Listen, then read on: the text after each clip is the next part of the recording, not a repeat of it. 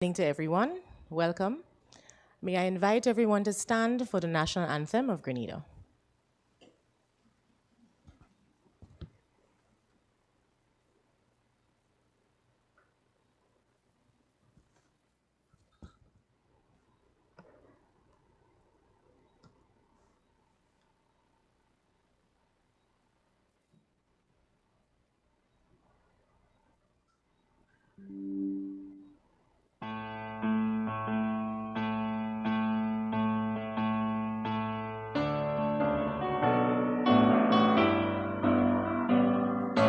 Hail Grenada, land of us, we pledge ourselves to thee. Heads, hearts, and hands in unity to reach our destiny. Ever conscious of God, being proud of our heritage. May we with faith and courage aspire, build, advance as one people, one family. God bless our nation. Can we bow our heads to offer a word of prayer? Heavenly Father, we come to you today to give thanks for your grace. We praise you for this event. We hope that we fulfill your purpose through it. We thank you for every seat that has been filled here today. We thank you for the guests signing in on YouTube, Facebook, and Zoom today. And we thank you for our speakers and other special guests. We pray that the audience receives the knowledge they share here today, and that you keep us safe throughout this event and guide us on our journeys back home. In Jesus' name, amen. Kindly be seated. Welcome, everyone, to our very first public symposium on the discussions related to our investment migration program. I just want to briefly recognize the members of the Citizenship by Investment Unit. I see that we have our chairman, Mr. Richard Duncan, a member of the board, Mr. Ronald Theodore, our CEO, Carleen Purcell, and I also recognize the presence of our Bishop, Clyde Harvey. Welcome to one and all. Welcome to our guests signing in and tuning in on YouTube, Facebook, and Zoom. Welcome, most importantly, to our specially invited panelists, Bruno Lecure, who is here from the IMC, Geneva, Switzerland, and Dr. Wayne Sandiford, a member of the CBI board and also a member of the St. George's University faculty. Thank you for taking the time, a Friday afternoon, to share with us this very important symposium, this very important topic, demystifying investment migration.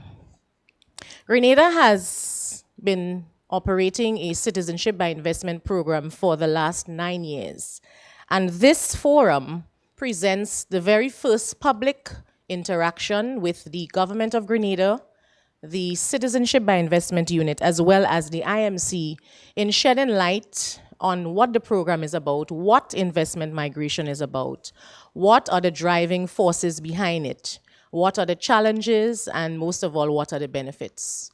So without taking too much out from what our specially invited guests will share with us today, I wanted to welcome and to introduce Bruno Lecure. He is co-founder and chief executive officer of the Investment Migration Council, headquartered in Geneva, Switzerland. He's a regular contributor to the international publications and conferences in Europe on investment migration, North America, the Caribbean, the Middle East, and Asia. He has held positions in London, Paris, and Hong Kong. He was previously head of a National Financial Services Association, acting as a bridge between government, industry, and international policy institutions. He is a member of the governing board and acts as secretary and chair to the advisory committee of the IMC.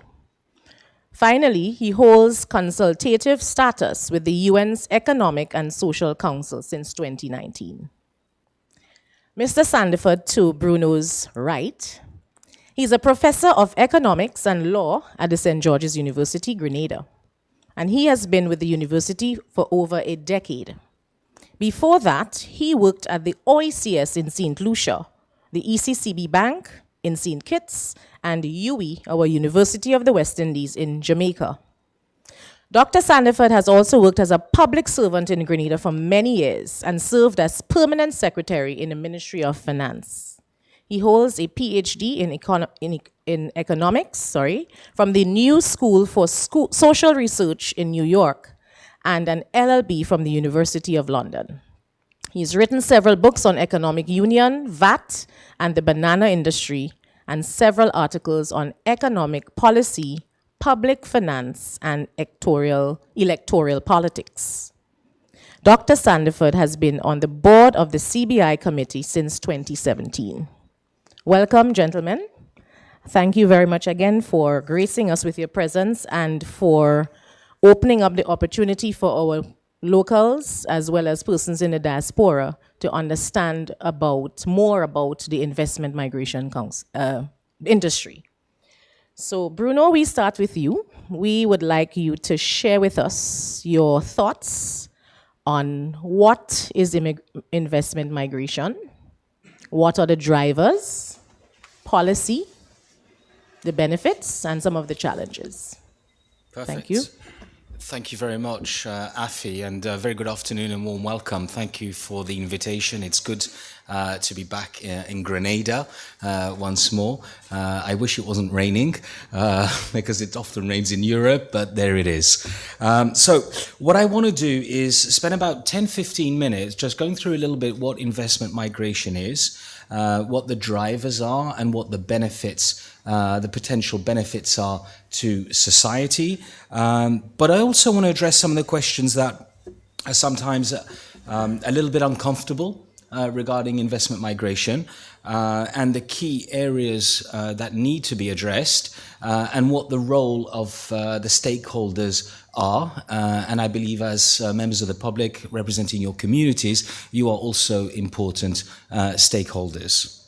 So investment migration is not a new concept. I mean, it's been around for centuries, really, but the modern incarnation came in the mid-1980s with St. Kitts, another Caribbean state, who created a citizenship by investment program. And it is a form of legal migration that about 80 sovereign states around the world have a framework to attract investor migrants into their country to settle. Sometimes they settle, sometimes they don't, or they settle a little bit later in the country. So it has various citizenship and residency by investment programs, and they're often structured to attract entrepreneurs. It's already a very well-established policy, and it's used by many OECD countries around the world, as I mentioned already, about 80 sovereign states. And recently, it's been driven by globalization and a far more interconnected world that we live in today. So people are highly mobile, or certainly more mobile than they were 20, 25 years ago. So when it is managed effectively, it creates benefits for the individuals, the host country, and wider society can benefit from investment migration. So what are the drivers? Well, you've got three key stakeholders that drive investment migration forward. First are the individuals, and they come from across the globe. They could be celebrities, they could be sports people. I know there's a famous Grenadian sports person that drives Formula One cars. His grandfather emigrated from Grenada to the UK a few decades ago, and Lewis Hamilton has himself now emigrated and lives in southern France, in Monaco. So it's very much a two-way street as well. As much as you attract migrants into your country, also your fellow countrymen go abroad and settle as well. You have world-class doctors, business persons, and often they're driven by, they want a better life for themselves, they want better education opportunities for their children. They want a better quality of life because they may be living in a city which has a lot of smog, a lot of pollution. So they look for a better climate with cleaner air. And they also look for perhaps better healthcare opportunities or options for themselves and their families.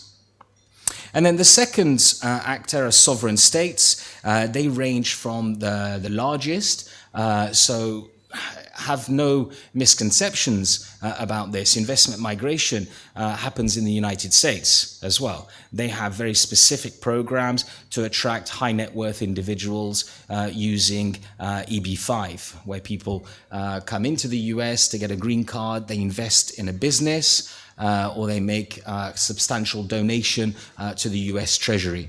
But also by smaller island nations in the Pacific, in the Caribbean, but in the Mediterranean as well. So Malta is a European member state. It has had a residency program, but also a citizenship by investment program for the past 9 years.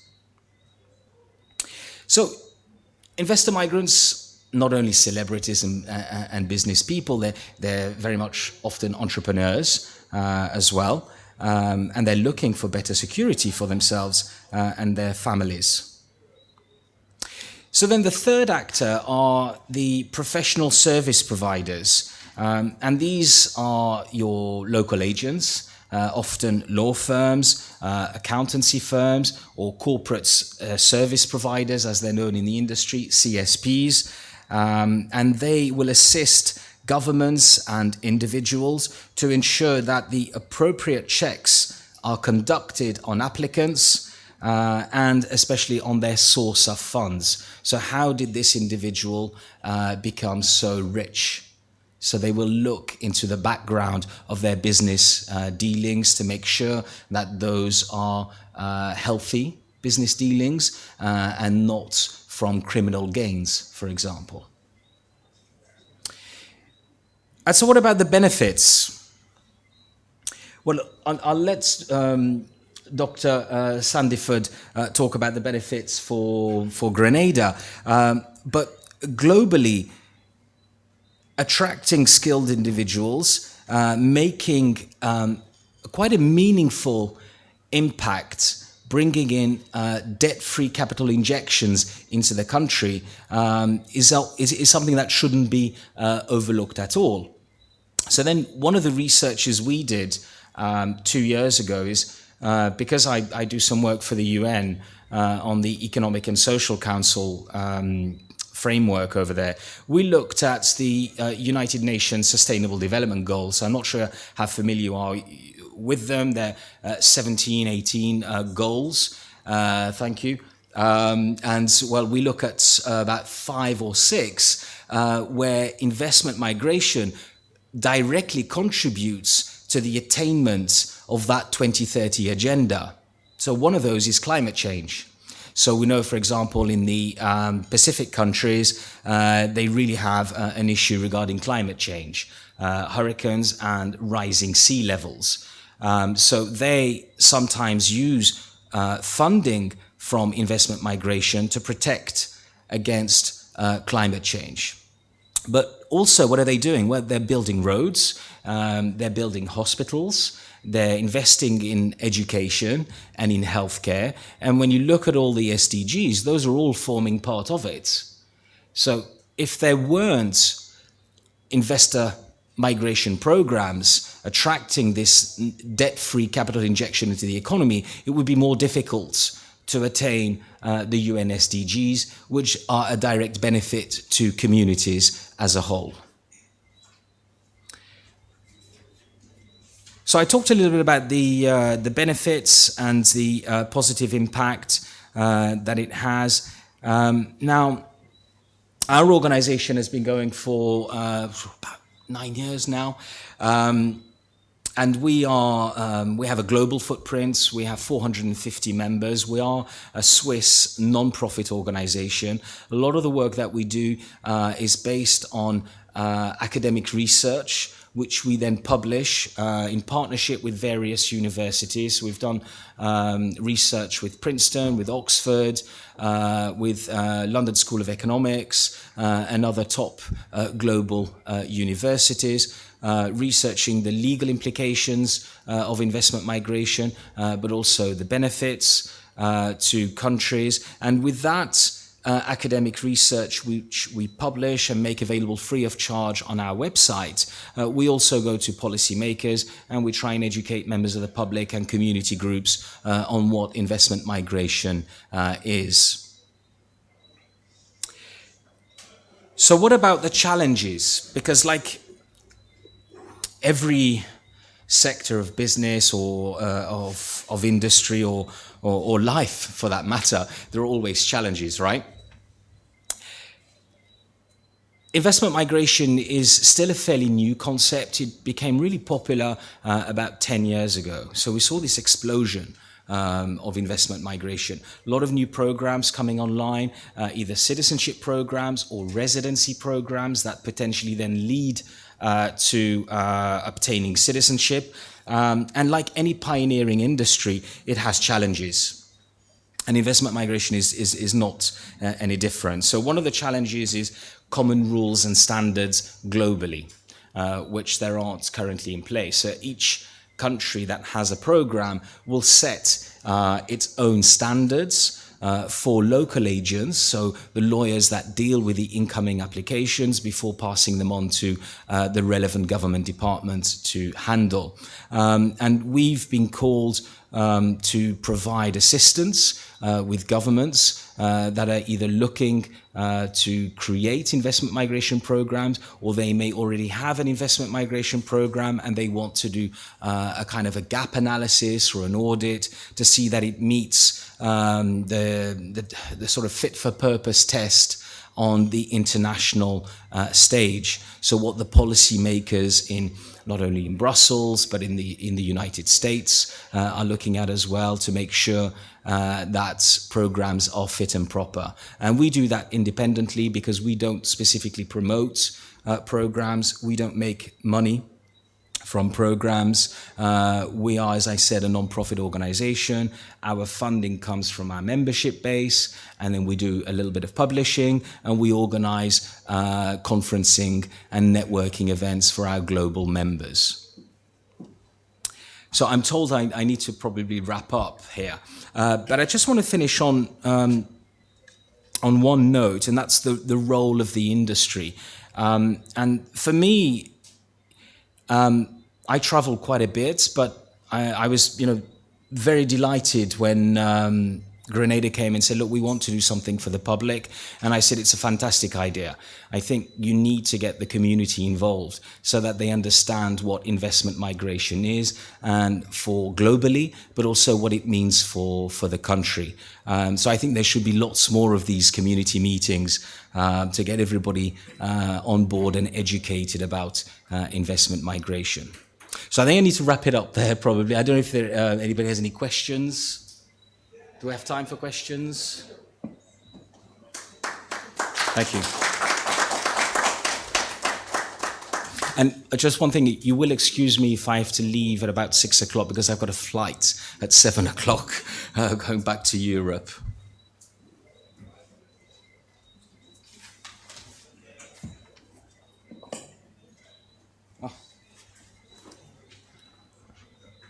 Thank you, Bruno. Are there any questions from the audience?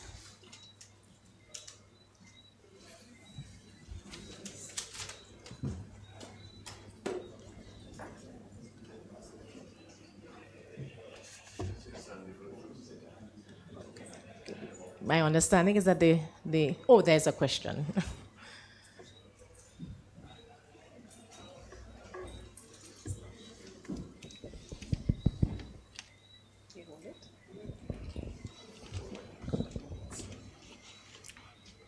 Mr. Bruno, you said that the investment migration program started in 2013 or 14. It's about 9 years.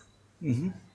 This is almost 9 years, yes. Can you tell us which developments have been successfully completed and operational and bringing benefits to the Grenadian people? Yeah, the real estate developments, you mean?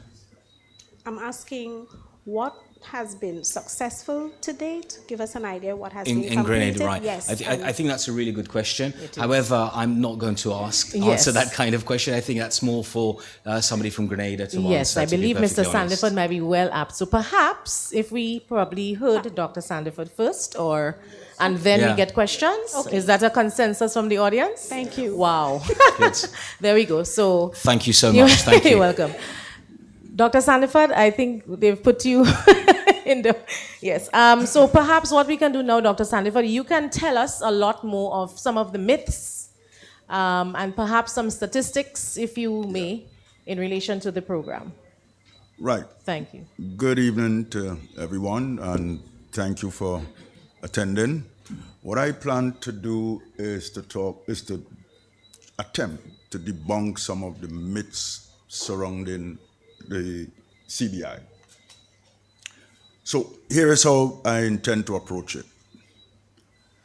Identify some of the common myths around CBI.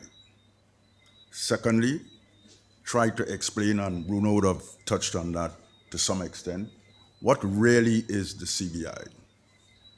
Then I would look at some ranking that is associated with CBI programs. So there's agencies globally who, travel the world and rank all CBI programs, first, second, third, and so on. Then I would take a look at the market for CBI. So like all things you trade in, there's a market for it. There's a market for bananas, for cocoa, nutmeg. So there's a market for investor migration.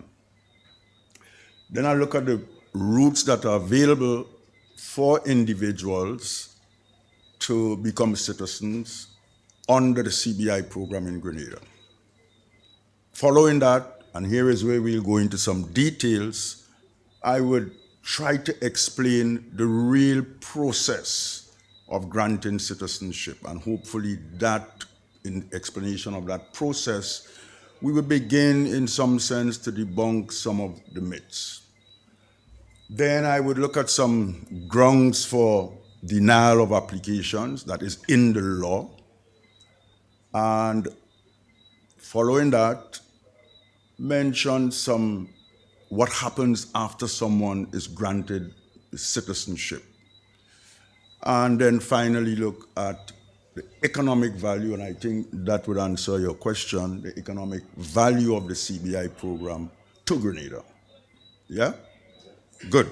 So we happy with that? Is that good? All right. Here are some of the myths, and of course there could be more. 1, selling passport is selling your sovereignty. It's selling out your soul, as it were. Only small developing countries that are involved in passport selling, CBI programs. Passports are being sold to criminals and crooks. The CBI program smacks of corruption. The CBI is selling diplomatic passports, and in the news recently you would have heard some stories about diplomatic passport being sold and so on. Yeah? 6, CBI program has little or no impact on the economy of Grenada. So those are some of the myths surrounding the CBI program in Grenada. Right. So we would try to show that those are really myths. They're not real, hard, factual truth. Okay, what really is the CBI? As Bruno mentioned, it's a legal form of migration, and it provides avenue for individuals to become citizens or permanent resident of another country, okay? And in return for some investment. So it's really not merely selling passport. Yeah? You make an investment and you become a citizen. Of course, on the assumption of certain things that we would mention later on. Now, there's scores of countries all over the world with investment migration program. So there's well over 75. I think Bruno would have mentioned around 80. All right? There's in Europe, even the US, Africa, the Middle East, Latin America, the Caribbean. So Grenada is not unique with an investment migration program, i.e. a CBI program. It's not unique to Grenada. It's not unique to the Caribbean.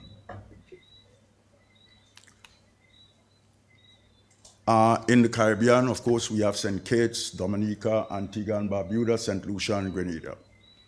So the CBI is a global industry that is worth plus or minus 15, $20 billion. So it's a huge industry, relatively huge industry. And Grenada's niche in that market is the fact that you have access, the holder of a Grenadian passport has visa-free access to about at least 100 countries. Yeah?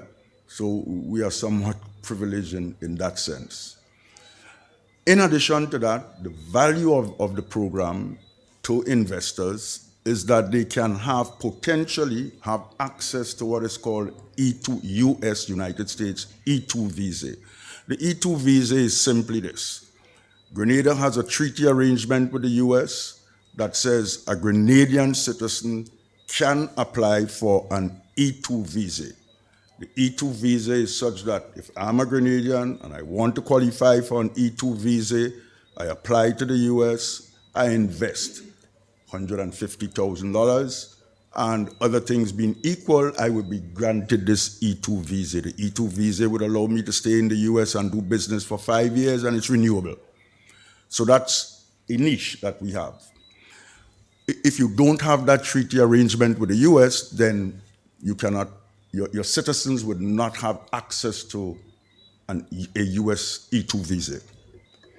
Okay.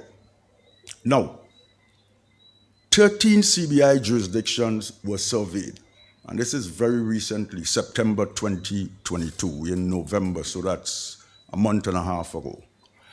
And that was done by the Professional Wealth Management, PWM, in collaboration with CS Global, and was published by the Financial Times. So you're talking about reputable institutions doing this survey. And Grenada was ranked 4th. So that's high. But here is here is the whole ranking of the 13. Dominica was on top, St. Kitts and Nevis, St. Lucia, Grenada, Antigua. Notice number 12, Austria. Austria is an European Union member state. So we ranked higher than them. In other words, the ranking is saying that, look, your program is so rigorous that it is even more foolproof than what exists in one of our member states, Austria. Yeah? Okay. So that in some sense should begin to debunk the myth that it's a wishy-washy program. All right. And if you notice too, the top 5 are in the Caribbean. So when you hear noise about these guys in the Caribbean selling passports and so on, but look at where you rank in 13. Yeah? Okay.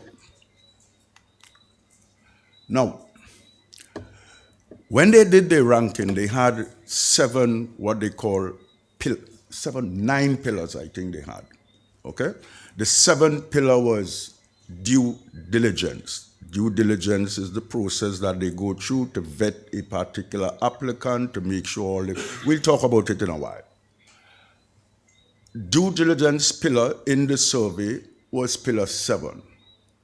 And Grenada was awarded a maximum score of 10 on that process, due diligence. Because, why? Because of the, and I quote in here, the stringent and comprehensive requirement. Okay? Stringent and comprehensive requirement. Furthermore, Grenada, and I'm quoting the survey, has a robust external due diligence process, including on-the-ground checks and or assistance from international law enforcement agencies. So it's not some, cloak and dagger operation that is taking place. Yeah? We go further. Grenada requires comprehensive supporting information in respect of an applicant's source of funds. And we'll talk a little bit about that later on. The CBI committee tries its very best to vet all the applicants to make sure that, someone with criminal behavior is not awarded Grenadian citizenship. So that's the ranking. The market for CBI, it could be huge. Again, there's one report that says in 2021, last year, there were an additional 15.2 million millionaires in the world. Yeah, that's just an addition of millionaires in 2021. It's estimated that there would be a total of about 62.5 million millionaires in the world by the end of this year. Okay, so the market is huge. And the projections are that by 2023, you would have 125,000 millionaires who would be looking to relocate to some parts of the world. All right, so let's presume that, in a sense, for 2023, that's the market for CBI. 125,000 millionaires who will be seeking to relocate. Okay, number of countries and the amount of the number of millionaires that estimates are. In China, you have 6.2 million millionaires. And we're not talking about billionaires and trillionaires. It's just millionaires. And millionaires are, I think it's people who are between 1 million and 10 million net worth. Yeah? Millionaires. Okay, beyond that, I think they call them multimillionaires. Yeah, so between 10 million and I don't remember the number, they'll be classified as multimillionaires. India has 769,000. Russia, 386,000. South Africa, 46,800. Nigeria, 15,400. Yeah? I mention these countries simply because a lot of our applications come from these countries. All right, so that's the market we tapping into. Further, the 2020s is likely to see the emergence of millionaires of a new profile. That is to say, the millennials and what is referred to as Gen Z. Yeah? Generation Z. Right? So you would find younger folks becoming millionaires and would be seeking to spread their wings. Yeah? But the market is a little bit complicated and confusing because the European Parliament is now seeking to dismantle the CBI programs in Europe by 2025. And there is a case, Bruno could talk about it much better than I, that the European Commission is taking Malta, which is a member state of the European Union, to court over its program. So if that, works out to the disadvantage of Malta, then it can have implications for us. But that's the market we're in. In addition to that, the US has jumped on the bandwagon, and there's a bill that is before Congress, referred to as the No Travel for Traffickers Bill, recently introduced the 13th of March, 2022. Two congressmen, I think one is from Utah, and I don't remember, Cohen, and I don't remember their names, but these two congressmen tabled those bills. And what they are saying is that, look, with this bill, there would be no visa-free travel to countries with CBI programs. Well, I mean, fortunately for us, we need a visa to go to the US. So that would not terribly affect us. Yeah? Of course, they can make additions to the bill. It's not been passed as yet. It's just before Congress. So there's some degree of uncertainty in the market, and that points to the need for us to level up on our diplomatic offensive in a similar way in which we dealt with the crisis facing the banana industry. Strong diplomatic push in Europe, all right? And it helped to some extent mitigate some of the negative impacts that were facing the banana industry. Okay, let's look at the different routes to CBI. Essentially, there are 3 routes one can use to become a citizen under the CBI. And they refer to as sections. And there's the act, of course, governing the operation of the CBI is the CBI Act number 15 of 213, okay? Section 10 of that act, under Section 10, someone can become a citizen by making an investment in the National Transformation Fund. Basically, that goes to government directly, and that's $150,000 US, okay? And the investment goes to the government for developmental purposes. So that's one route. The second route is Section 11, and Section 11, of course, is Section 11 of the Act. And that says, look, you can become a citizen if there is a developer who is developing a project, like the Lassages project, for example, and you buy into that project. Yeah, and you would pay $220,000 or $350,000 US. The government of Grenada, under Section 11, gets $50,000. Yeah, so even under Section 11, there is some amount of revenue that is coming to Grenada. Then we have Section 11A, and that is to say an individual could request to make an investment of a significant amount, but the legislation does not specify what that significant amount is. So presumably, I don't know, could be at least, I would think, at least $150,000 US, yeah? Good. So that's the 3 routes through which one can gain citizenship under the CBI program. Here is where we enter the deep waters. How the process really works. First of all, we have what is called marketing agents, and there are people out there that know the market very well, and they market the program, they market Grenada, and they say, look, there is this opportunity here for you to acquire Grenadian citizenship. You can do it through Section 10 or through Section 11. Section 11 is through the projects, the Lassages projects, for example.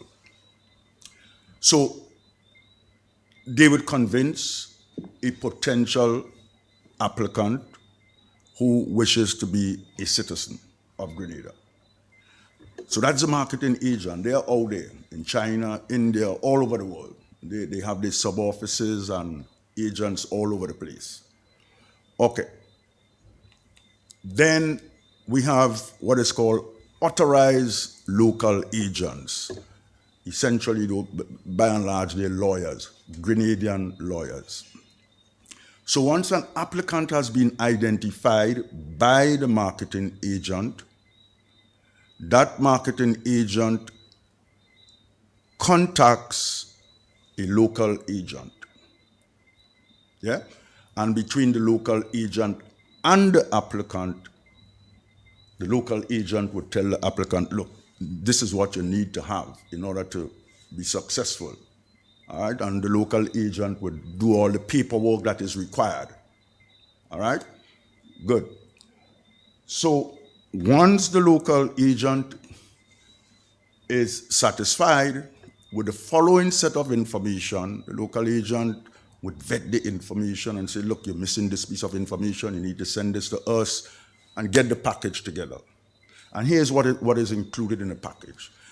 You have to give evidence of your name, your address, your birth certificate, your proof of place of birth, nationality ID, national ID card, maybe for in the case of Grenada, an NIS card or driver's license or whatever it is. You have to provide criminal record verification. Locally, we would say police record. Okay? And of course, that would have to be from a number of different countries if you resided in more than one country. So if you resided in China, Canada, St. Vincent, then you need to support, you need to get police records from each of those jurisdictions, yeah? Good. Then you need to have your personal history, almost from birth, but at a minimum, your personal history 10 years back. So we have a clear sense of who this person is. Passport information. All passports that you would have had in the past. I think it's about the first 3 pages where all the critical information is. And of course, you'll be cross-checking that information with your birth certificate. Because on the birth certificate, you'll have your date of birth, and your passport's supposed to show the same thing. And your national ID is supposed to show the same thing. You can't bond 2 different dates. Yeah? So there must be consistency in all those documents. All pages stand corrected, which is much more rigorous. So we'll see all where you travel, when you leave, when you come in. Right. Thanks for that correction, Afi. Copies, all national ID cards have to submit copies of it. Certified copies of marriage or divorce certificate, if it's applicable. If you didn't marry, you didn't divorce, then that's out. School transcripts and certificates, medical health certificate, assets, documented source of funds, almost a dollar for dollar accounting, bank statements, maybe activity report, and those of us who would have we know of the Integrity Commission, yes, that outfit in Archibald Avenue. So if you are on a statutory body, I think if you are chairman, you have to submit. Correct. So what they ask you for is an activity report, meaning that you have to go to the bank, and it would cost you about, I don't know, $100 and something, and the bank would say, okay, the account was open on such and such a date, and this is what happened this day, this is what happened that day, he deposited this amount, the amount came from the US, and activity report. Okay. And tax return, proof of sale of assets, if you would have sold assets, if you had a house, land, and you would have sold it, and the money goes to the bank, show us evidence that you would have sold it, show us evidence that you would have owned it. Okay? Now, all these are required to verify the legitimacy of the funds. In other words, we're saying you can't, the funds must not come from criminal activity. Right? So once we have that record, we can verify that the funds that this person has and is using to become citizenship was not derived from any criminal activity, drugs, money laundering, whatever. Okay? Political connection of the applicant to ensure that he or she is not politically exposed. In other words, if you're particularly close to a political administration, then, you know, there might be some, depending on the administration, of course, there might be some issues there. In fact, in the banks in Grenada do that as well. They ask you, if you're on a particular board, a statutory body, a chairman or what, they classify you as a politically exposed person, and consequently they assess the risk of doing business with you. Okay, so we do that for them, for the applicants. Privacy and information release authorization. That is to say, look, when you give us the information, you have to allow us to share that information with people who could be able to verify that information. Right. Now, once the local agent is satisfied that all the necessary information that is required is in order, the local agent sends it to the CBI office. The staff at the CBI office would vet the information to ensure that it's consistent with what is required, specified in the law.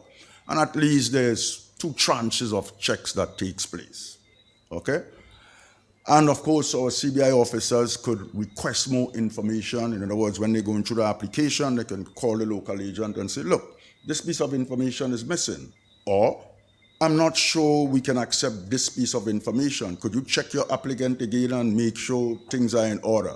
That is done. So it has to meet the legal requirements. Now, having been satisfied at the CBI office that all the information that is required,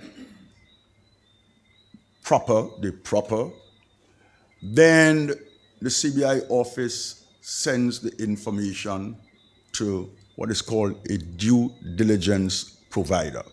The due diligence provider essentially are people who are involved in verifying personal information on people all over the world.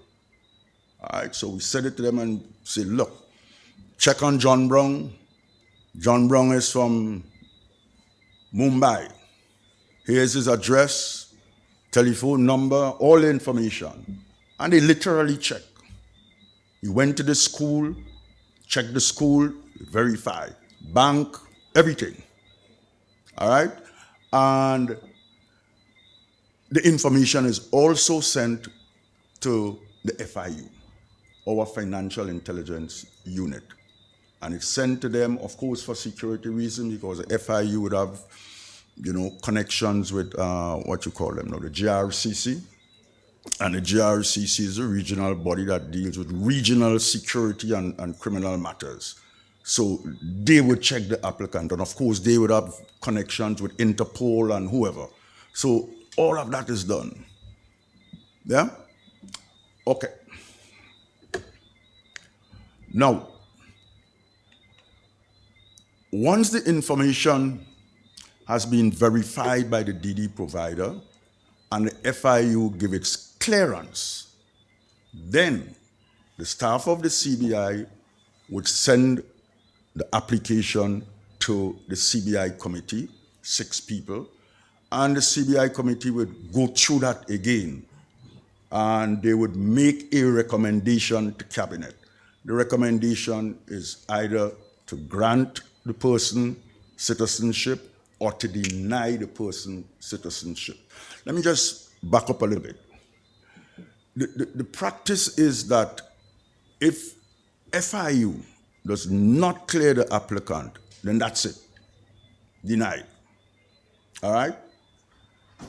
Conversely, FIU could clear the applicant, but at the CBI committee level, we have concern about certain aspects of the activity of the applicant. The CBI committee can recommend to cabinet that that applicant should be denied. In other words, even if the FIU say he's clear, she is clear, we can deliberate and say, Or we can send back to do what is called an enhanced due diligence. In other words, just step up the level of checks. Okay. So once that is the case, the recommendation is sent to cabinet. Cabinet makes its decision, and cabinet is a final decider. The CBI committee does not make decision. It only makes recommendation. I would also want to point out here now that the CBI does not deal with diplomatic passport. There's no connection between the issuance, well, the CBI does not even issue passports. We should know that is what they call it, the Ministry of Home Affairs, Immigration Department that does that. All right? The issuance of a diplomatic passport is purely the prerogative of the minister that is responsible for that and or cabinet. Okay, so cabinet has the final decision, they're the final decision maker on the issue, and they can deny or approve. And it could be the case that the CBI committee recommends that a candidate be approved and cabinet could deny. It's quite possible. Yeah? And that's the end of the story for that applicant. No, it's not really the end, because there's a process of appeal. there's a process where the applicant can say, well, why are you rejecting me? And there's a committee that deals with that appeal. Like you have the Court of Appeal. When you lost your case in the lower court, you go to the Court of Appeal. So we have a Court of Appeal as well. All of that being said, it's clear that the process of dealing with application is particularly robust, rigorous, and transparent. And this is a schematic of the process. So you have the applicant, APP, you have the MA, the marketing agent, they connect with each other. Then the AP, the applicant, connects with the local agent. The local agent links with the CBI office. The CBI office goes to the DD provider, the FIU. They send the information back to the CBI. The CBI then sends to Cabinet. Cabinet sends its decision down to the CBI. CBI informs the local agent, this is a result of your application, and the local agent informs the applicant as regards to the results of his application. All right, and then the process now begins where you issue certificate of citizenship and passport if necessary. Let me just say this to it, because you could be granted citizenship and not have a passport. They don't, yeah? There are many citizens of the US that don't have a passport, eh? And there are many Grenadians who are citizens of the US that don't have a US passport. So citizenship doesn't necessarily mean that you have a passport. You may not require one, but invariably you go through this process to acquire a passport. Okay, grounds for denial. In the Act, Section 8, subsection 3, you can be denied citizenship for the following reason. If you give us false information, you're gone. If you're convicted of an offense in any country where the maximum jail term is more than 6 months and the offense is similar in Grenada and you have not been pardoned for that offense where you would have committed that offense, then you'd be denied. If you're subject to criminal investigation, and of course that information would come from our DD providers that, look, this John Brown that you asked us to check on in Dubai, this guy is under criminal investigation. They would discover it, yeah? Anyone considered to be a potential national security threat to Grenada or any other country, you're out. Anyone involved in activity that is likely to cause disrepute to Grenada, denied.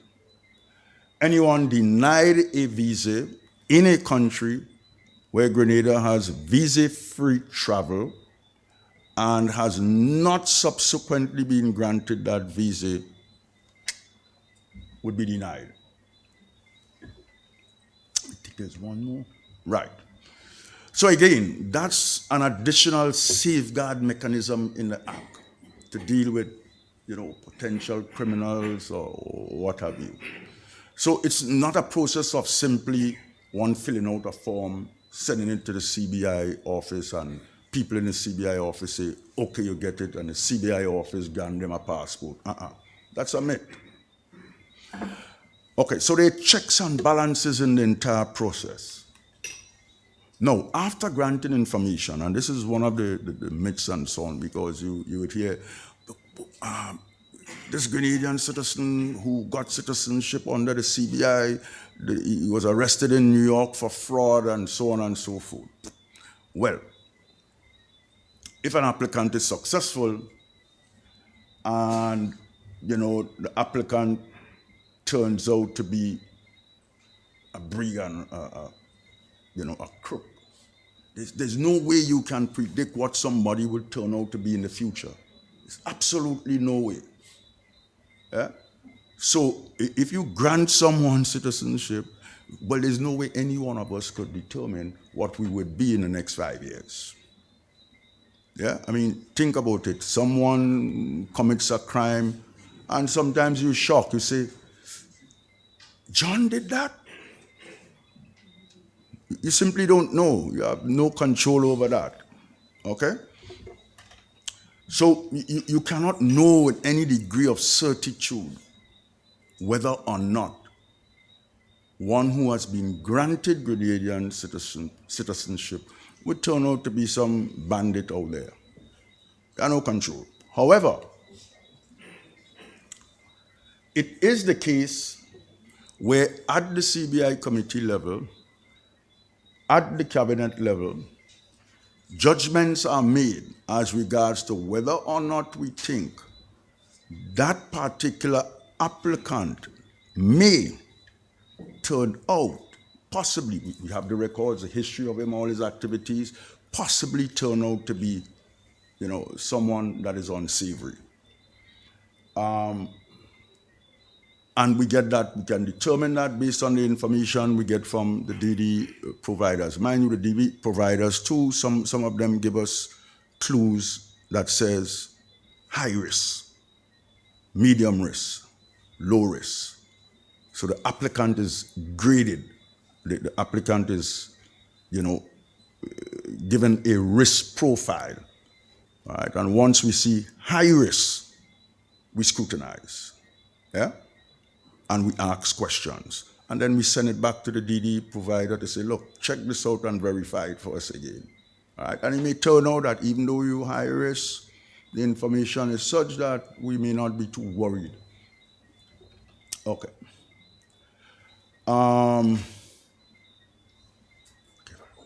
Right. So even if that is the case, where someone turns out to be a crook after being granted citizenship, the minister that is responsible for CBI,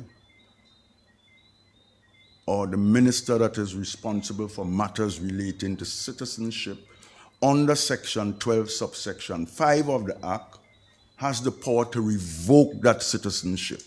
In other words, we grant you citizenship, you turn out to be a brigand in the future, we revoke it. And a public declaration of that revocation is made. So everybody know that this person is no longer a citizen of Grenada. All right, so that's a safeguard. Now, finally, economic value. What is the value of this program? And largely, these are some numbers that we have crunched, and they're not absolute numbers. They very good estimates for the moment. But it gives you, nonetheless, it gives a sense of the kind of value that the program has to Grenada. Let's look at the applications that have been approved from 2014 to now. And, well, these are the years from 2014, and you see a gradual increase from 13 in 2014 to, as at September 2022, 350. All right? So we have a total of 2,224 as of today, as of September. Okay. So we've seen, if the program is wishy-washy, then I don't think a person that is a millionaire or multimillionaire would want to acquire citizenship of a country that has a program that has no credibility. Okay? So the increase in applications and the increase in approvals, to me, is testimony to the fact that, look, there's some degree of credibility to this program. Okay. Value of investment. Number of approved projects, we see it increasing in 2014, 5, and we have a total of 26 approved projects. It does not mean that all projects that have been approved are active. So we divide it between the value of active projects, and we have that value as $1.5 billion. That is to say, the projects that have taken place so far, the value of investment that has been made in Grenada is $1.5 billion US. And we have a value of those that are inactive. In other words, those are projects that were approved, but they have not gotten off the ground. If they get off the ground, we're talking about an additional $2.1 billion. That's US dollars, eh? So the total value of investment under the program assuming that the inactive ones get active, would be $3.6 billion. That's a lot of money. Yeah, even the 1.5 billion US dollars is a lot of money in investment. Okay. Revenue generated by CBI. And we have it here from 2014, up to 2022, September. Okay, and what I did here is to give you the different categories of revenues that we get from the program. So we get some monies from application fee. When the person is making an application, they have to pay a fee. They have to pay a fee for processing, because you have to pay staff to process the documents. Okay? They have to pay for due diligence, because once you give the documents to the due diligence provider, you have to pay them for the service. Yeah? So that's the revenue we get from those three categories. Section 10 investment, see the revenue increasing from 2.6 million in 2005 to the 1.9 million in 2018. Well, let's skip down to total revenue. Total revenue, NTF is the funds that go directly to government. Section 10, where you pay $150,000 US to the government. Look at what it has been doing. In 2015, 2.6, 2018, 13.9. 31.9, I'm sorry. And that's US dollars, and the EC equivalent is in the next row. So the EC equivalent in 2018 from NTF funds, that's the 150 that goes to government to be used for projects and so on, amounted to $86.1 million in 2018. But let's see the movement up to 2022. As of September, it's 49.7 million. That's US dollars. All right? And again, the different categories of fees are outlined there. Okay? And this is a summary between 2014 and 2022. Let's go to the NTF. We see from 2014 to 2022, NTF amounted to $535.1 million. That's the value of the program. It's a lot of money. Yeah? Let me just say this too, that, let me back up a little bit here. The investment of Section 10, Section 11, see this investment here of 2021, 898 million US dollars. I think that turns out, I did a quick calculation here, that turns out to be $2.4 billion. Okay, so that's actual investment, that estimate of actual investment. Good. Now, that's 2021. Government's budgeted capital expenditure for 2021 was $333 million. 333. So if you exclude CBI, see what would be missing. 2-point-something billion out for 2021. Okay. They did not do the 333. That's what they budgeted. They did 261 million. That's about 78% achievement rate. If you take the 261 million and you divide it by the population of Grenada, it turns out to be $2,372 per individual in capital expenditure. You can't develop with that kind of an expenditure. You need much more. When you contrast that with what the 899 does or did in 2021, and it amounted to $22,041 per individual. All right? Let me just back up a little bit again. For your country to develop, you must have investment. So let's identify the potential sources of investment. The potential sources, there are about 4. Government, finance, all right? Where does the government get the money from? Taxation, all right? And, you can't raise tax. Well, if you raise tax too high, you're defeating the purpose of development. So that's government. So government is limited, right? As we just see, it's about $2,000 per individual in 2021. Second source is private domestic investment, meaning individuals in Grenada, firms in Grenada investing. And we know there's not much of that going on, so we could virtually discount that. Third source, grant from foreign countries, the EU, the US, and in recent times, grants have been falling. Yeah? Grants compared to the 1960s, the 1970s, the 1980s, downward trajectory of grants. That leaves you with a 4th source of investment, foreign direct investment. The CBI is a source of foreign direct investment. Yeah? Good. Right. This is an estimate that we did that shows the approximate wages and salaries paid by projects, CBI projects, between 2018 and 2022. So for construction workers and helpers, 33.93 million EC. That's between 2018 and 2022, as of September 2022. Administrative workers, 6.111 million, and total remuneration for workers under the project between those years was $40.074 million.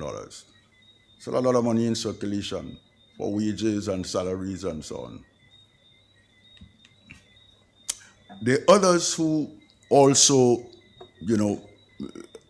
get some benefits from the program as well. You have the local agents who would receive fees from the applicants, because the lawyers don't work for free. So if you're an applicant and you want to become a citizen and you go through a local agent, you'd have to pay the local agent. What the fees are, I don't know. But that's irrelevant. The point is that's a source of income. Food vendors. I mean, when you go to projects, you're seeing vendors going and sell, I don't know what you call these things in plastic bag, the juice and the food stuff, yeah? On all projects you would see it. Good? Then you have legal assistance. I guess the local agents would have legal assistants who doing the footwork for them. Housing rentals. You have experts, engineers, architects, technicians, who have to come to Grenada to execute the project. They have to find housing, a rental. So if they're here for the project lasts 3 years, that's rental for 3 years. Of course, they have to eat. Groceries have to be purchased. Yeah? They can't live in a nasty room. They have to get housekeeping services. Right? So you'd have people, providing them with housekeeping services. And of course, transportation. Once you have workers and you have a construction site, workers have to be moved from their home, their village, to the construction site and back to home. So in some sense, that gives us a beginning process that would allow us to begin to understand the value of the CBI investment migration to Grenada. I think that's it here. Yes. So that's the end. Thank you very much, and we'll get some questions.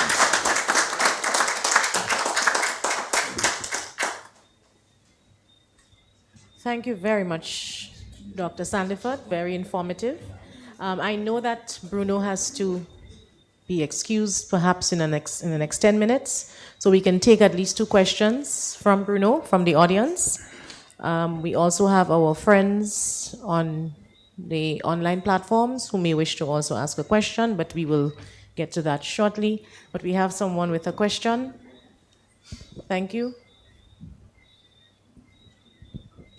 Thank you. I think this is for Dr. Sandiford. What are the CBI funds being used for? And what is the government's mandate for funds that are being generated under the program? Well, when I was doing the work in preparation for this year, I sought information from the Ministry of Finance that would allow me to say and point to this project is financed. And this is a shortcoming of the program, that whatever project is financed, we don't publicize it. Yeah, put up a little billboard, a little sign that says this project has been financed by CBI. What I gather from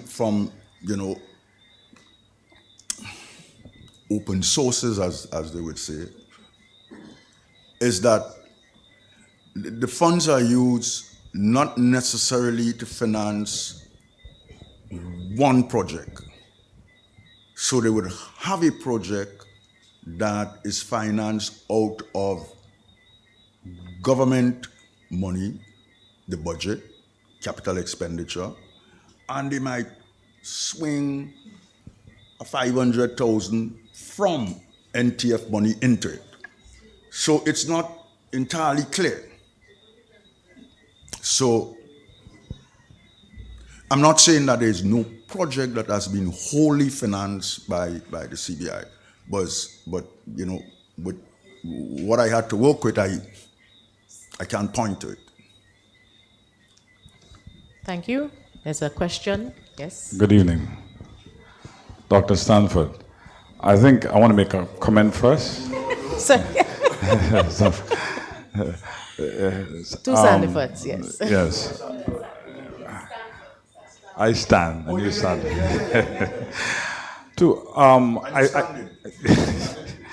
I think that the CBI has been the best secret not publicized in Grenada. The program, I think we have tried to ask CBI to come to the church to talk about the program, and that over the years, for whatever reason, they have not done that.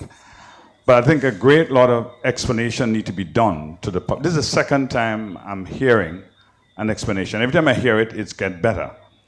And there are a lot of Grenadians who do not know, do not understand the program, and they do not believe it is for them. But there is huge benefit for the ordinary people to be able to get from the program. So there need to be marketing and selling of the project to the Grenada public. I think that is critical for the success of the program. My question to you, though, is the accounting for the money. All right? Here it is, you have this money. Just as how at the end of the year, the credit union, whoever boards have to give account for the money they spend. We think that CBI should have an accounting put out, this is how we spend the money, this is how it's done. It's helpful, one, for the openness of it and accountability. And third, people can actually see what is happening, because we're asking the question, what project you have done? Where is the money being spent? And nobody could quite answer. That make the program becomes too shred in secrecy, and therefore it feels like somebody's thieving the money somewhere. Yeah. So it's important, I think, that there need to be clarity and openness, but at the same time selling of the project. Yeah. Thank you very much. I believe there's a question. Let me just say this, Pastor Stanford. Knowing a little of government, yeah, and I'm not saying that they would have, misappropriated the funds, is that you can have your capital budget and you say, look, we would finance this project out of our capital budget. Nothing to do with NTF and NTF funding. And then as things start to unfold during the year, they realize, no, we had to divert some of the funds out of that capital expenditure into some other project. Something may have happened. Molyneux, happened, and we have to do some work to sort that out. The project would not be, initial project would not be completed.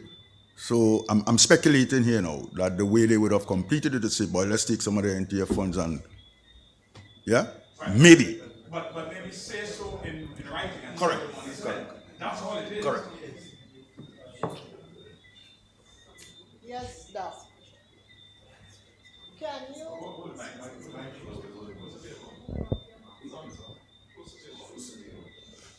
Can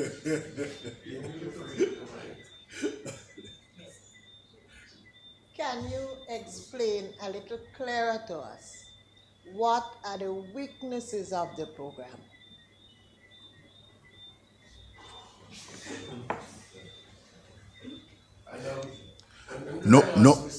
Could I ask Mr. Lucayo to follow that? Because you made a fantastic presentation.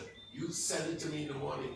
But from your international experience, what are the loopholes, the possible loopholes? What are the weaknesses of the I think the two things The floor is yours. So even before you go, please, even before you go, my question is, why are we fourth? Are we what? Why Yes. and why not first? So it's related to. Yeah. Yes. In the ranking. In ranking, Yes. what can we do to address that? Thanks.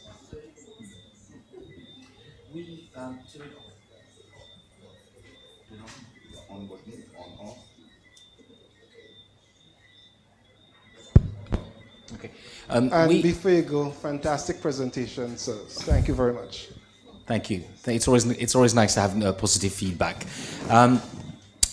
As I was saying before, there's one thing I wanted to go back on, and which often comes across as a question, is regarding sanctions as well, and talk about loopholes a little bit. One of the FIU's jobs should be to cross-check applicants against sanctions lists, which are consistently updated on a daily basis, in actual fact, particularly at the moment with the geopolitical storm of the war in the Ukraine.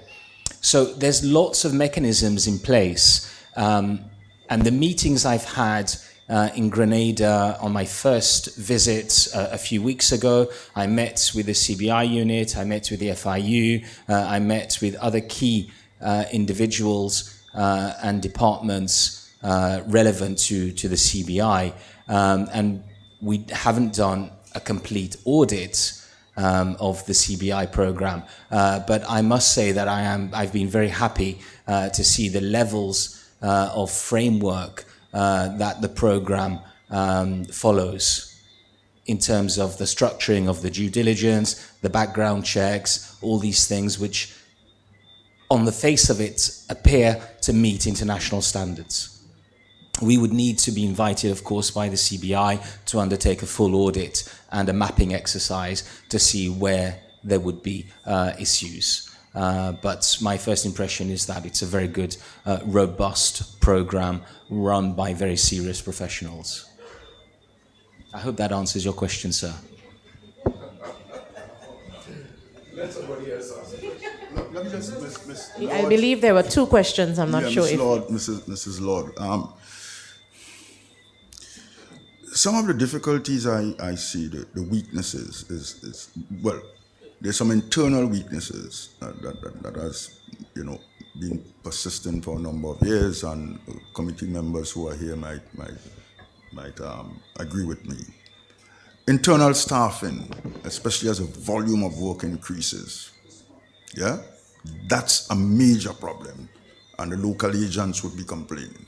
That's a weakness there. Office space, because we're in a situation now where we are bringing in about 8 people, and the question is where you put them. So we are contemplating a process of rotation. Work from home, these 2 days, you go out, stay home now and rotate. So eventually, and the recommendation has been made for about 3 years now to have, a building for the program. Yeah. And the resources are there. It can be done. And I mean, you can even use your own Section 11 to do it. You don't use government funds to do it. And it just escapes me why it can be done. It's not rocket science. So that's a weakness. Training of staff, of course, because the issue is now becoming complicated. The legal dimensions to the whole thing. And keeping abreast of the market. Our staff don't, keep abreast of the market. Public information, as Stanford would have mentioned, that the public don't know, and we never embark on, a drive for public information, to share public information and let the public know. When people don't know, they make assumptions. Eh? Correct. No, I'm totally agreement with you on that. We don't diverge in opinion on that. I mean, when you don't, it's a human. No, we're not blaming anybody. We're saying that these are the myths, and this is information that would tell you that it's really a myth. It's not, And the reason why the myth, the origin of it is the absence of information. When you don't have information, and it's not difficult. We do it every single day, every one of us. Your husband or your wife goes out and this is 2:00 in the morning, I ain't getting no phone call. You start to make assumptions. We do it. Which might be true. Or may not be true. So I think those are some of the weaknesses, and of course marketing. We really don't have a presence internationally. And we depend on the marketing agents to market ourselves. Who best to market yourself but you? If I may just very quickly to say what I feel is perhaps one of our weaknesses as well. I think people get the impression that once you have that passport, that's the end of the process. These new Grenadians will need, platforms to either visit, what are the services available to them, how can they, if they choose to, the few of them who come, integrate into society. And that's what I feel is perhaps one of the weaknesses in the system, and it's something that I think we need to develop, because at the end of the day, they are citizens of Grenada. That's my contribution. Yes. Yeah? We have a question? Yes, sir. I think my comment follows off from what you are saying, and perhaps it's a recommendation as well. I want to thank you for a well-thought-out presentation with lots of information. However, I think it was very heavy in terms of the criteria for application, which is excellent. But in terms of the ongoing monitoring of the program, because once somebody can present the best, because we all do interviews, when somebody comes for an interview, they present the best picture. And when the process starts and develops, it turns out to be different. So I think while there is a robust application process, there needs to be perhaps some kind of monitoring process to monitor the individuals who become citizens and so on. And absolutely. In fact, yesterday there was a investment migration roundtable held at Radisson, and that was one of the recommendations that was made. That look, you need to have due diligence, as it were, ever so often on people who have been granted citizenship. But of course, once you start to do that, it means additional resources. It's not free. Yeah, so you now have to find how do you fund that. Sorry, sir. So I just want to belabor. I don't want to belabor the point, but I'm wondering in terms of where we place foot. If there's an issue with if our due diligence might be so tight that it could come off as inefficiency. So I really would like to know why we are at that point, because we don't want to undermine that in the face of so-called efficiency and then undermines the program. Thanks. Yeah, but, I mean, we can talk about it later. We can go through each one of the 9 pillars and see where Grenada would have scored low. Yeah, and consequently have us ranked 4. I don't remember the score for each of the 9, but I picked out the due diligence simply because to demonstrate that look, there's robustness in this thing. Yeah, that's why I singled out. The others that efficiency in operation, turnaround time for application. And sometimes, people would say, look, this is, you say in your legislation, it's what, 90 days, 60 days? And this is 95 days, 100 days, and we didn't hear nothing from you. Why? We're taking our time. Even though the law says 60 days that we have information and we need to, clear our mind as regards to the veracity of that information, we would take the time and do it. I would just add, if I may, I think it's a very If I use this one, it's a very good point that you make. A word of caution, though, when you look at indices that are published, look at who the publisher is and go behind that. I know the PWM, and it's often cited, and they list St. Kitts, Dominica, but that is a funded index, and it's funded by a commercial operator, which has commercial conflicts of interest. As far as I know, there are no neutral indices published for investment migration at the moment. There are none. So a word of warning, take it with a pinch of salt and look at the different ones rather than say this is, a biblical document as such. Thank you very much. But they are useful to look at, though. Thank you, Bruno. Just before we take another question from our audience here, there is a question from online, and that question is directed to the CEO. Besides our ability through our E2 visa program to apply for an E2 visa treaty with the US, what are some of the other things that makes Grenada, or other things that make Grenada attractive in this industry?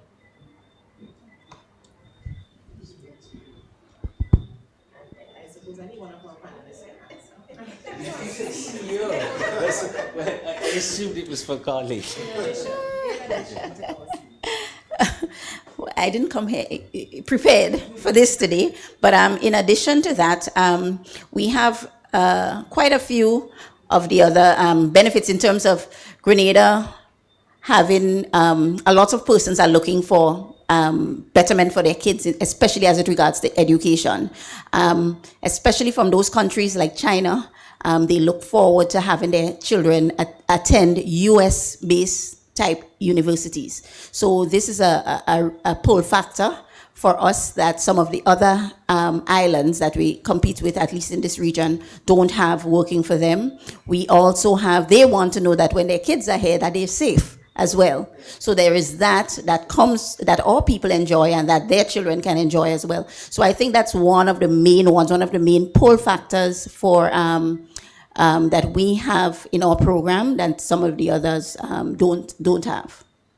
I can also say that I've had about 3 clients whose kids attend SGU now, and they've come to the office to have stuff notarized. So it's working.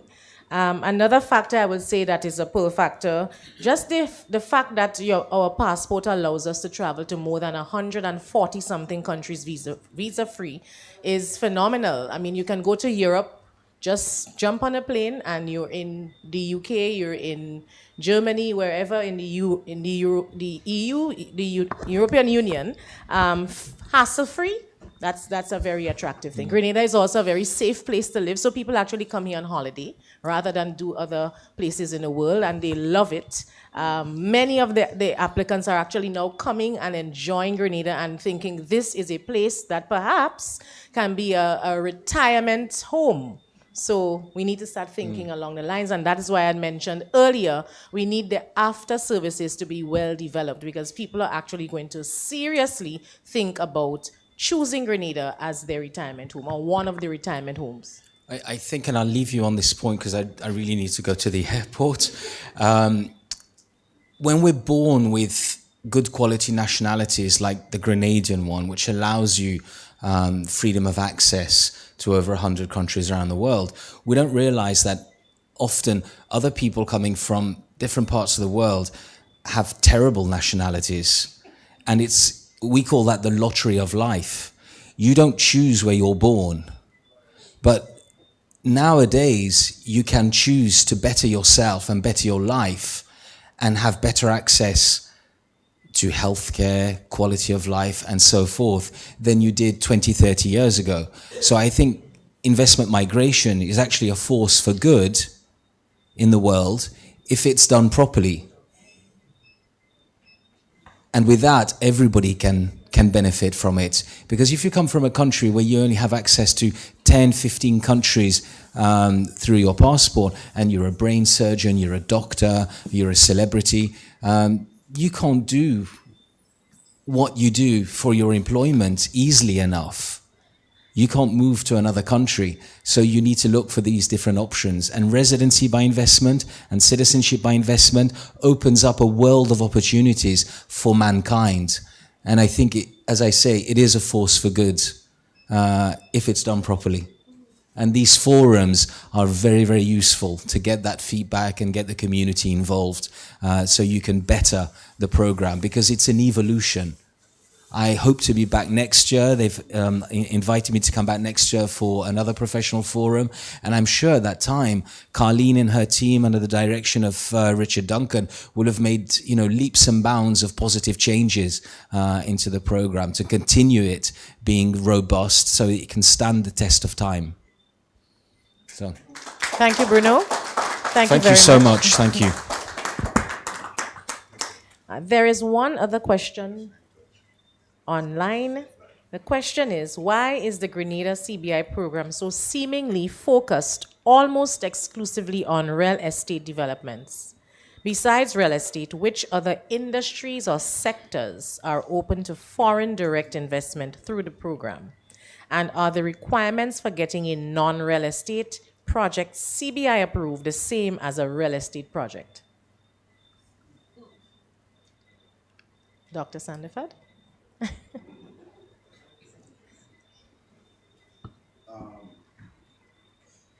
understand the question clearly, so I can see.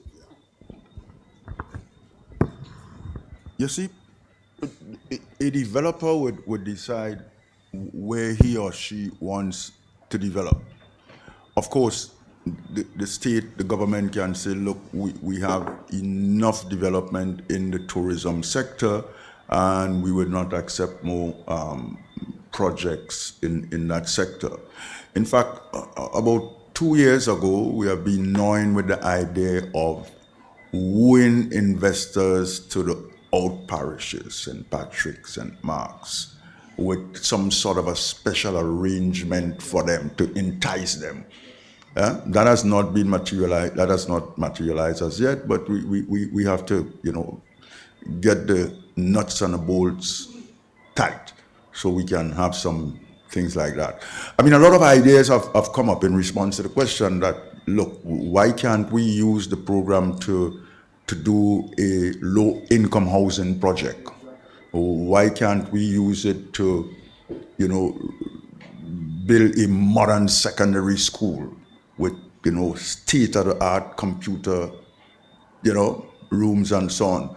But so these ideas have not missed us. But the point is, if I'm an investor, I would want to choose where to invest. If you want me to invest in a place other than which I want to choose, and you give me an additional incentive, then I may consider.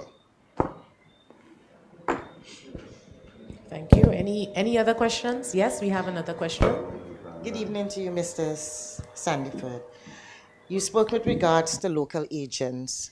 My question is, do you think that the local agents are doing a good job in balancing the protection of Grenada's good name and earning as much businesses as possible for themselves? The other people who may want to answer that, but from where I sit, I would say yes.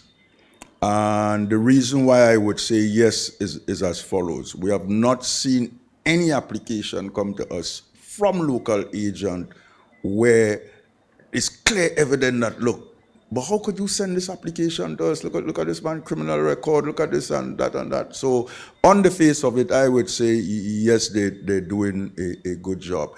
And when we have queries with respect to the information that they send to us, we contact them and say, look, clarify this for us. And they do it. So I think they're doing a good job. And they harass us too. If I can add, I don't think we touched a lot on it, but a big part of the process is getting funds cleared at the bank before it even reaches the CBI unit. And that's where the bulk of the work happens. so that before an application, first of all, there is the due diligence process that has been mentioned earlier on by Dr. Sandiford, that there are levels of due diligence taking place even before it gets to the bank. And of course, the government has the final say. But as a local agent or a marketing agent, you must ensure that a client that you onboard is fit enough to be considered in the program. And of course, the bank does its layer of financial due diligence as well as other checks because they have to protect their relationship with other banks, the foreign banks, etc. So, Good afternoon, everyone. good afternoon. My question is, why would a country want to sell its passport or offer citizenship in return for investment?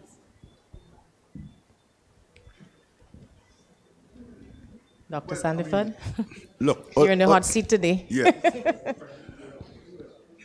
Ultimately, you want to develop your country. Yeah? We are no doubt in our minds about that. Now, how you develop the country? You have to have investment. Remember, I listed these 4 sources of investment, and they're not much there. So the alternative is foreign direct investment, right?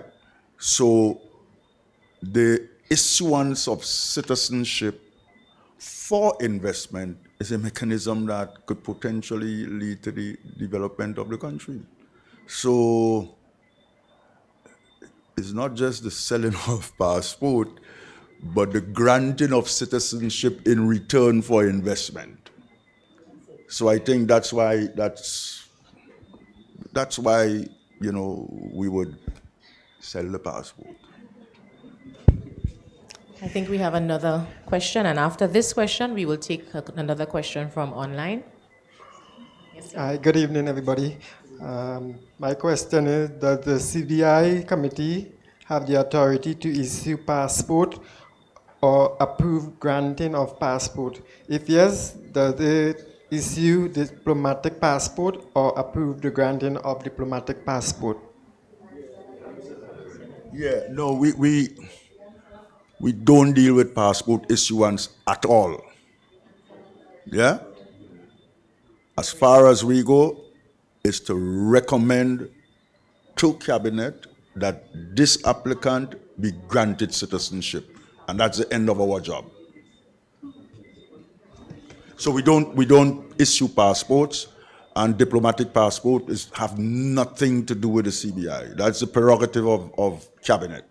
They are the ones that issue diplomatic passport. And no one gets a diplomatic passport under the CBI program. Yes, there's another question. Okay, the authorities have accepted that over 50 million US were lost in a shrimp farm project that never materialized. What measures, if any, have been taken to avoid a repeat of such failure? So that's me again. Our second panelist had to leave, so you are in the hot seat. Was it you? Yes. Yeah. The shrimp farm issue occurred before I came in. So no. Wait. No, I'm just saying that to say that, the wealth of information that I would have had I been there is not as great. Right. So here's what I think would have happened. That the project was approved, funds were coming in from applicants to get their citizenship, and the funds were not used to build the shrimp farm. Right? So the investor go with the money. Right. Here's what we would have done now to plug that hole. All projects have to establish an escrow account. So an account is in the bank. They can't touch that money until we authorize the release of the money. All right? And there's some conditions that have to be met before we would authorize the release of the money. One is that they would have to use, if the value of the project is $100, they would have to use 20% of that before they can access CBI money. So we know they have skin in the game. Yeah? So, pardon me? No. So that's how the shrimp farm, issue was plugged. So before an investor comes in, the condition is, look, okay, we approve this project, it's $100 million, no problem, but you see the first $20, you have to spend it. So once you have that $20 in the ground, you wouldn't want to run away. Yeah? So that's how it was plugged. Good question. Yeah. Right. There's a question. Does the NTF money go into the consolidated fund?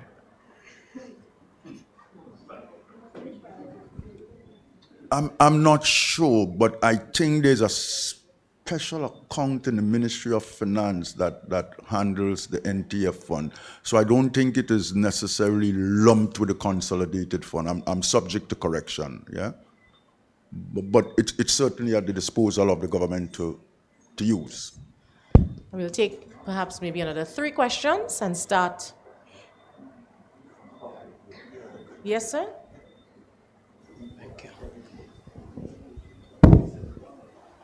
Thank you. When the country becomes a niche, are we getting there? Are we there? Are we close? How do we manage the foreseen migration competition if possible? Or is there a means of elimination that may come out of it with Grenada having so many persons want to come here and invest, providing the opportunities and the benefits that they see? Will we be able to impact the investor's decision, understanding our socio-economic and political situation?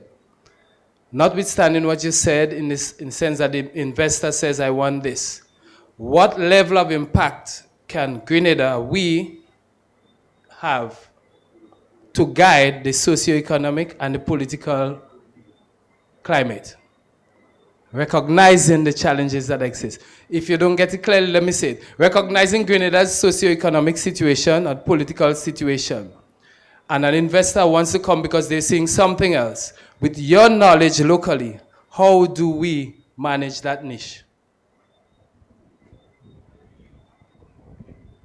Well, I mean, as I said before, ultimately, the cabinet has the authority to not approve a project. All right, and as I mentioned before, if the investment in the tourism sector is overgrown, then they can put a halt to it. And bearing in mind the socio-economic conditions in the country, take St. Mark and St. Patrick, I think, but it's an old study, poverty assessment. Those were the 2 parishes where there's the highest concentration of poverty, and there's not much economic activity there. That's why there was an attempt to do, the shrimp farm was supposed to be in Victoria, St. Mark, correct. And the chicken farm, there was a chicken farm that should have been there, St. Mark as well. Right, I don't think that one was a CBI funded project, was it? No, it was not. But the point I'm making, and you're correct, because you have to bear in mind the socio-economic, layout, if we can use that word, of the country, and say, look, we need to direct investment. Economists would call it uneven development, where you have development in the south primarily, and nothing is happening or very little is happening in that. It's unbalanced. And it's not good. It could lead to all sorts of problems. It could lead to an enormous amount of, rural-urban migration that puts pressure on all of your infrastructure, your schools, your hospitals, your roads, your sewer system, all kinds of things. Let me give you a practical example. Remember, I think it must have been about 3 years ago, there was a major project in the SGU area in True Blue where they were, expanding the sewer system. Why? Because simple buildings have been going up there, and the people living in it, and they have to do their thing. Where would it go? So once you have that migration that is coming down, and you can check it out. Go to places where there's a heavy concentration of people, Dabo, Mount Rush, Montu, and you would see it. Granans Valley. Who's in charge of the consolidated fund? Who is in charge of it? The government? But I would presume it's the Minister of Finance that ultimately, is in charge of it. In charge of it in the sense that after the budget has been passed, there allocation of funds across ministries, and the ministries would use the funds that have been allocated to them on the basis of the budget. But I mean, during the course of the year, monies can move from one account to another account depending on situation. So for example, I'm almost certain, I don't know, but I'm almost certain that monies would have been passed from one ministry, two ministries, into the Ministry of Health to respond to COVID. They had to do that. In other words, the budget in 2019 or 2020 for the Ministry of Health, and boom, COVID. What do? Stick with the same budget? No. Resources have to move. Thank you, Dr. Sandiford. We have another question from the audience. Question. On the outside, we have persons that are doing their due diligence. Is there any local policy principle that can say to an investor, for example, like a land use policy that we use locally? Sorry? A land use policy, for example, that says you cannot own this piece of land because if a person comes and say, I want Granite Tank to develop it and I'm paying you enough, could we say that is off limit? Is there anything locally that we have as belt tightening measures that can stop so that the program doesn't bung away? I'm not sure of the existence of that, but let me just say this, that most of the developments that would have taken place under the CBI, it was private owned lands. Yeah? That's point one. And secondly, if someone wants to go, for example, to Granite Tank, I guess ultimately the government has to make a decision. They can, No, but even though there is not a land policy, the government can say, okay, we're not selling you this land, but we can give you a 75-year, 99-year lease on it. And an investor would say 99 years is good for me. So I'm saying even in the absence of a land policy, and even if you have a policy here, folks, circumstances may dictate that, look, you deviate from it. It's quite possible. There are two things. There's one question online and there's a comment. I'll say the comment first. Someone indicated that this is an excellent program and wonders whether we can have it on television sometime. So it's something for the unit to consider and the committee in the future. One other question, and perhaps I can assist if Dr. Sandiford allows. How many people can come into the country on one investment? I believe the question is how many persons can be joined in a particular family or an application. That's what I'm hoping the question is. Dr. Sandiford, did you want to answer, or did you? I can help if you like. Sure. The CBI Act that was mentioned earlier dictates who are the eligible persons that can apply, and it's generally the head of a family, normally called a main applicant, and that main applicant can join his spouse, legally married spouse, all his children who are between the ages of 0 years old to under 30 years old, his unmarried, without children, siblings, dependent parents who are 55 years and older, dependent grandparents. Those are the persons who are allowed in an application.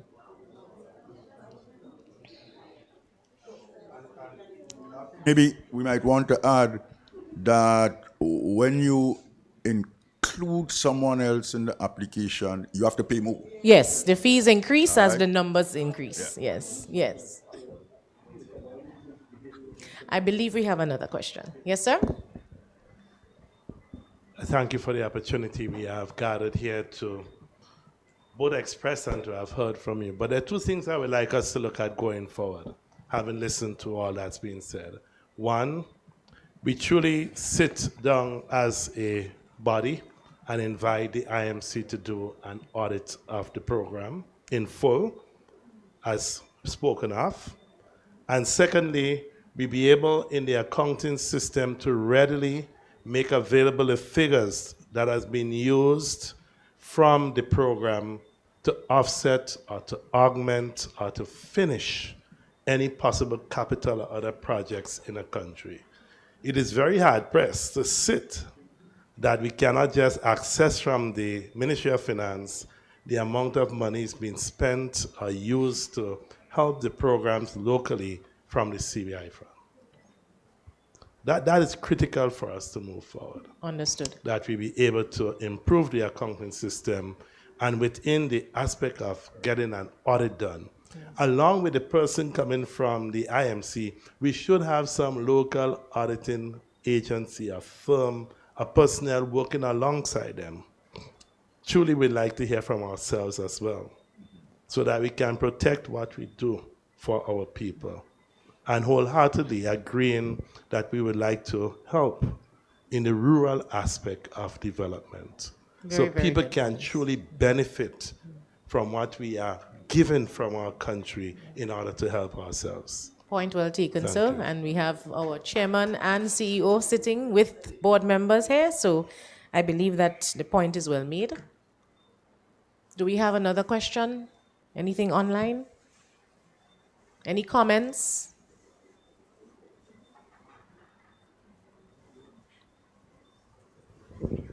On behalf of all of us, I want to thank you for having the program. I think you did an excellent job. I think there should be more programs like this, explaining to us. And out in the outer parish, not in St. George's, St. David's, St. Andrew's, St. Patrick's. Correct. So people can have a better understanding of the program. Yes. The schools. Someone mentioned the schools. Yes. Okay, if there isn't another question. Oh, there is one. What is being built at Mount Hartman and the status of the Kawana Bay project and Livera projects?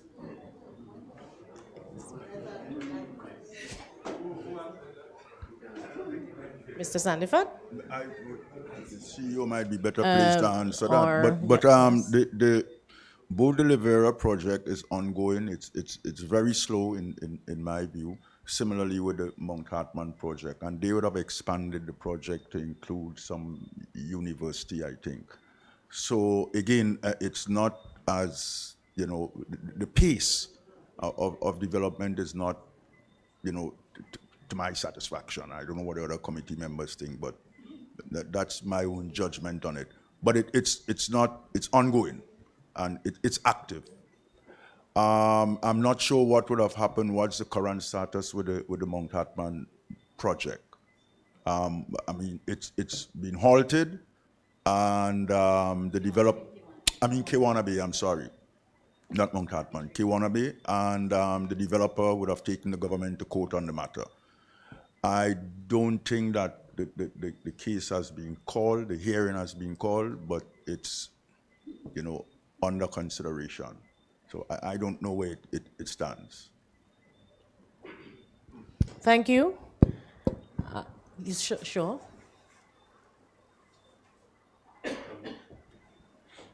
Dr. Sandiford, the question was, what is being built? And yeah, that was the question. Oh, no. In both cases, I think one of the problems that a lot of people have is they're seeing developments, but they don't know what's going on. That's what people are concerned about. Yeah, that was the question. I would stretch it to say that what it means is that we should probably start thinking about whether or not we can, with the concurrence of the developer, have public visits to the sites. Yeah. So you take schools or someone from the public with a bus or two and say, look at what is happening there. In all cases, it's resorts. And let me tell you why investors think. They are telling themselves, look, I see this country here. I can get, wealthy people to come here, spend a month. But where would they stay? Let me build this thing. So they are not building it thinking, hoping that they would get people to come. They start thinking about where again my people are ready to come. Yeah? So essentially it's resorts, hotels that are being built in Libera and Mount Hartman. I think the idea too is that the resorts were to assist in room stock, to facilitate and supplement our airlift and to increase availability for people to come in and have somewhere to live or stay when they come on vacation. So, do we have any further questions? I believe we have another one.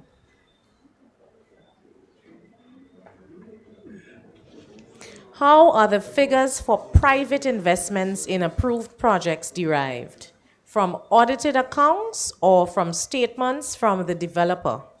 I read that 70 million US dollars have been spent so far on Livera. True? How does what? How are the figures for the private investments, I believe is the approved projects, how are they derived? From audited accounts, or so you gave statistics on how much money was generated from the projects versus the NTF. So I believe that the question is, how do you get those figures? Do the developers provide them or from audited accounts? Well, the developers, they have to provide us with its quarterly reports, so we get some figures from that. But in addition to that, remember too that in order for them to draw down from the escrow account, they have to say, look, we need this money from the escrow account, $5 million, $1 million, and here is what we need this money for. All right, so we have a sense of what is going in. In addition to, I can assist as well. In addition, every approved project has a structure in terms of what is the minimum investment you must make into that project. So for example, if someone invests in Six Senses, the minimum investment for a family of 4 is $220,000. Plus the application fees, plus the processing, plus the DD fees, and there is a component for the government contribution.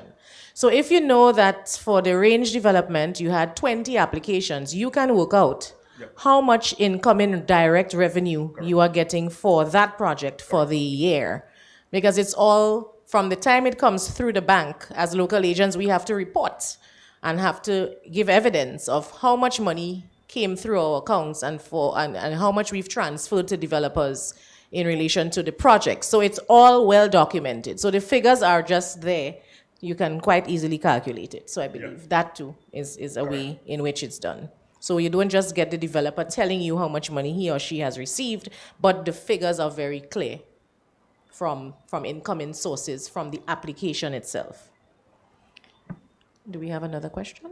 That's it? Okay. Any other questions from our audience? I'm sure you have another one or two. Burning issues, questions, queries, demystifying investment, migration. Everybody's clear and happy? Okay, if we have no other question, I believe it's time to say thank you very much to a very good audience, attentive, very good questions. But I would leave the formal thanks to Ms. Purcell, our CEO.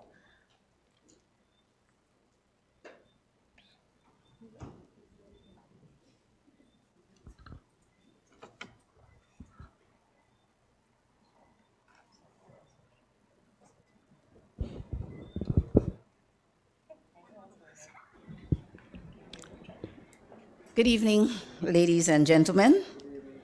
Thank you so very much for turning out here today, and for all our listeners or viewers on the different platforms. I would just like to say thank you officially from the CBI committee. Today was very instrumental in terms of what we intend to do going forward, and how we intend to engage with our population as it regards to this very important CBI program that can be really transformational in the lives of Grenadians and our country as a whole. Like Dr. Stanford said earlier, it's one of the best kept secrets. And I think, it's time that we let the public in on that secret, and have persons really understand the benefit of the program. Yes, like with any investment, there are risks, and there would always be risks, yeah? But what we can do with the program is to help in the building or Grenada, and creating a future that we can be proud of. When we look back at it, we can be proud of it. What I can say now is just to say, so Bruno is not here, but Bruno graced us with his presence from the IMC. And I think he gave us some very useful information in terms of us realizing that, we're not alone in this thing. As a matter of fact, there was a statistic yesterday in a seminar I attended, which said that 90% of the countries that are engaged in citizenship residency type programs are rich countries. 90% of them. Right? So I want us to keep that in mind as well. And maybe they're rich because it's something they came on the bandwagon with years ago, centuries ago. They started in UK, right? Centuries ago. So so it's something that we're starting to think about those things as we move forward. So Dr. Sandiford, also, I'd like to say thank you for your very insightful presentation today. Thank you to all of the persons who are here sitting with us, Conference of Churches, Alliance of Evangelical Churches, Interagency Group of Development Organizations, all our NGOs that we have here with us today. Obviously, our committee members who are here with us. Thank you for being such a gracious host, Mrs. Ventu de Vega. Thank you to our coordinating team, Tira, and our management team, Ali Day. Thank you so very much for putting this session together. Like I said, we're taking your thoughts on board, and we will continue to engage with the public as we continue to drive, build, and ensure that we have a robust program that we can take into the future with us. So thank you very much. Okay. Before you all run off, we would be happy if you can join us for some a beverage first on the outside, and then back in for some light refreshments, please. Thank you.